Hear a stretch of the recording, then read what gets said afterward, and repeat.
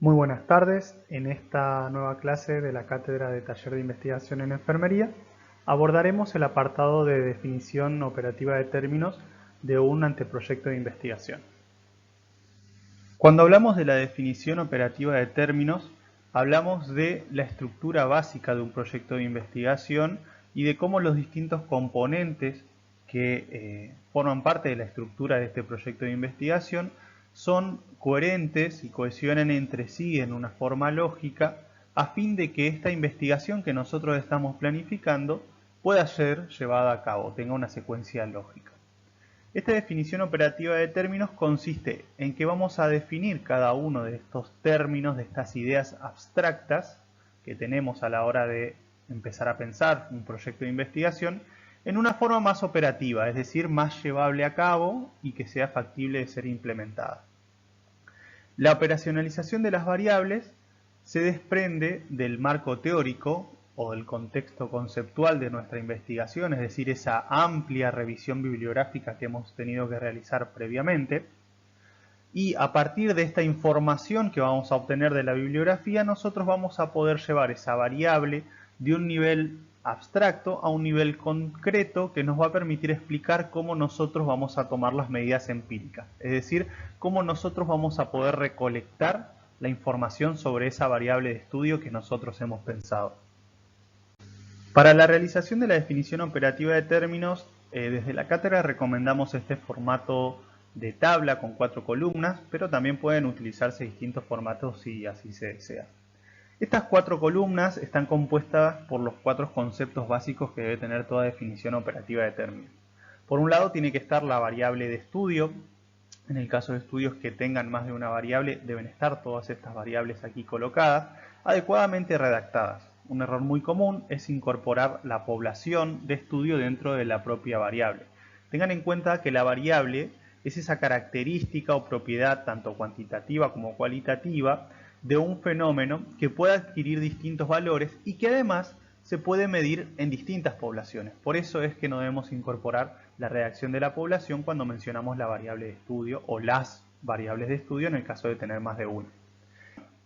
No pueden aparecer aquí variables que no estén contempladas dentro de los objetivos de la investigación. Las dimensiones, en una segunda columna, van a ser los aspectos que nosotros vamos a poder detallar en relación al comportamiento de esa variable. Es como si nosotros tomásemos una variable y la estuviésemos fragmentando para poder mirarla desde distintos puntos de vista.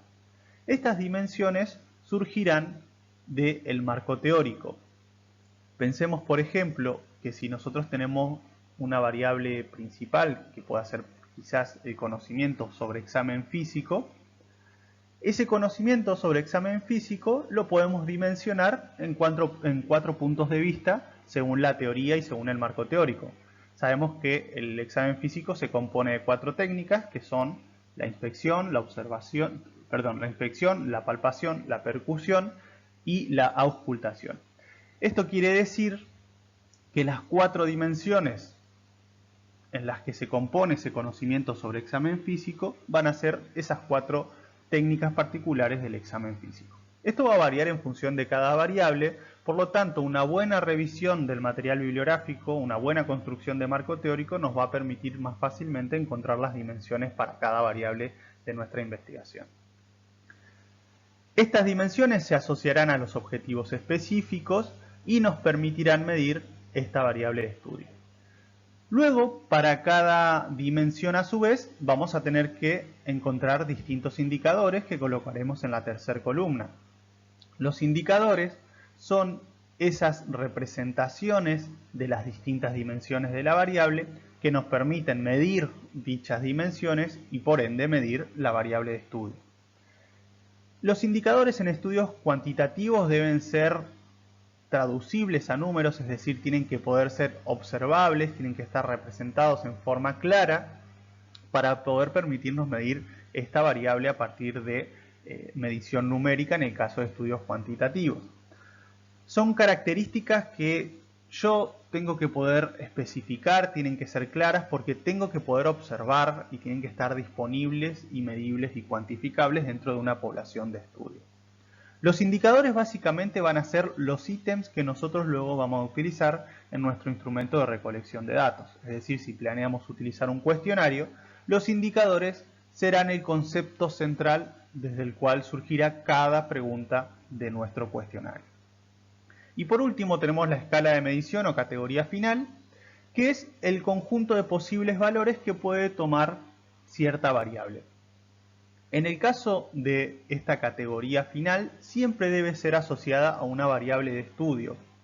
Y la escala de medición son los posibles valores que nosotros podemos dar a los distintos indicadores. Si bien son conceptos que van unidos, hay que entender que la categoría final siempre debe asociarse a una variable porque es básicamente el valor que nosotros decimos que esa variable puede adoptar. Dentro de las distintas categorías finales que tenemos categorías de tipo nominal, es decir que tenemos solamente dos opciones que puede adoptar esta variable, como puede ser sí, no, blanco, negro, conoce, no conoce, como por ejemplo hablábamos previamente del ejemplo de conocimiento sobre examen físico. Esa variable puede adoptar dos formas: conoce sobre examen físico o no conoce sobre examen físico.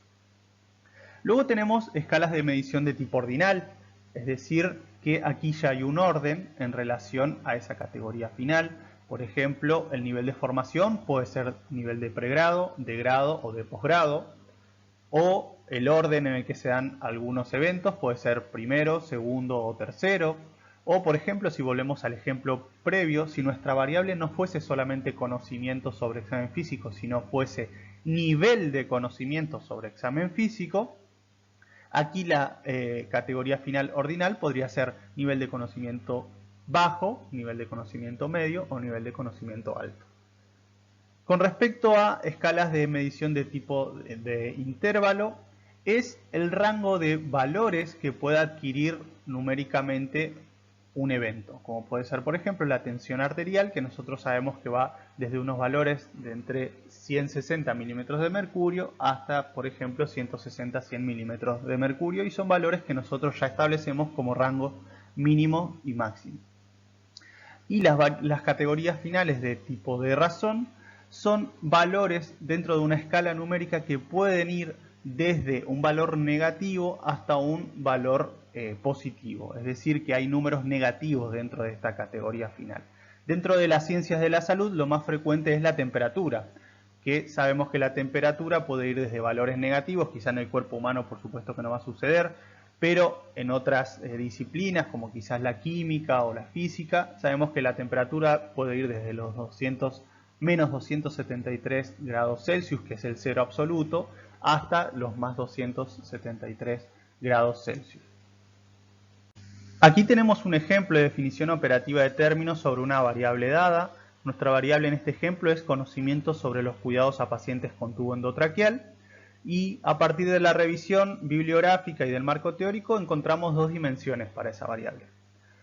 Una dimensión es el conocimiento sobre los cuidados a pacientes con tubo endotraqueal relacionado a la higiene bucal, y otra dimensión es ese mismo conocimiento relacionada a la fijación del tubo endotraqueal.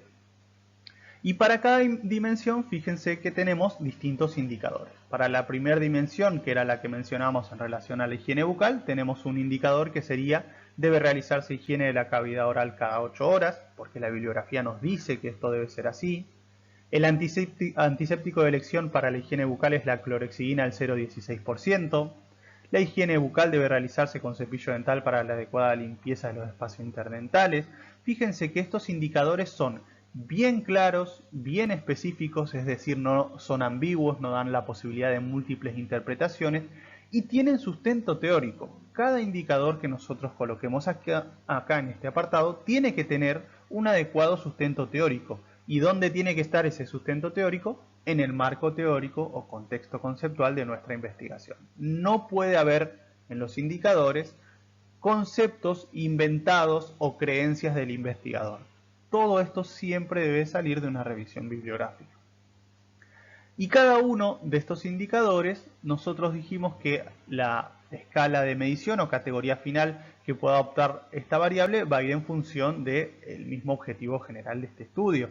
En este caso puede ser una escala de medición o una categoría final nominal dicotómica, como conoce o no conoce. Es decir, esta persona, este individuo, esta unidad de análisis, conoce los conocimientos sobre, tiene conocimientos sobre cuidados a pacientes con tubo endotraqueal o no los conoce.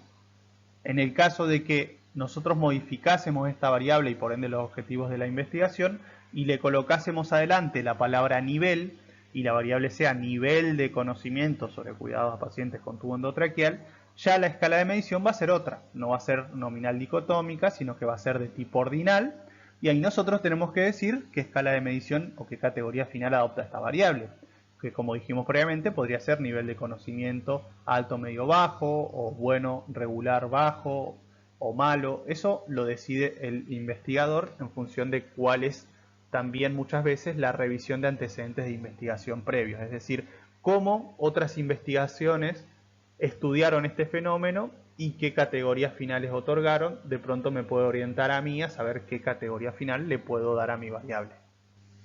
Seguramente cuando estén trabajando en estos apartados de su trabajo van a surgir algunas dudas, consultas. La sugerencia del equipo de cátedra siempre es que revisen en profundidad el material bibliográfico sugerido en la consigna de cada unidad. Utilicen también las distintas herramientas que tenemos dentro de la plataforma, como es el foro, porque muchas veces en el foro quizá encuentren consultas similares a la que ustedes tienen y puedan evacuar la duda de esa forma. O si no encuentran una consulta similar, ustedes pueden plantearla y les puede servir a sus compañeros. Y si no pueden resolverlo por esos medios, pueden contactar a los docentes, estamos a su disposición por medio del correo de la cátedra y también nos pueden contactar a partir de la mensajería interna de la plataforma. Muchas gracias por su atención.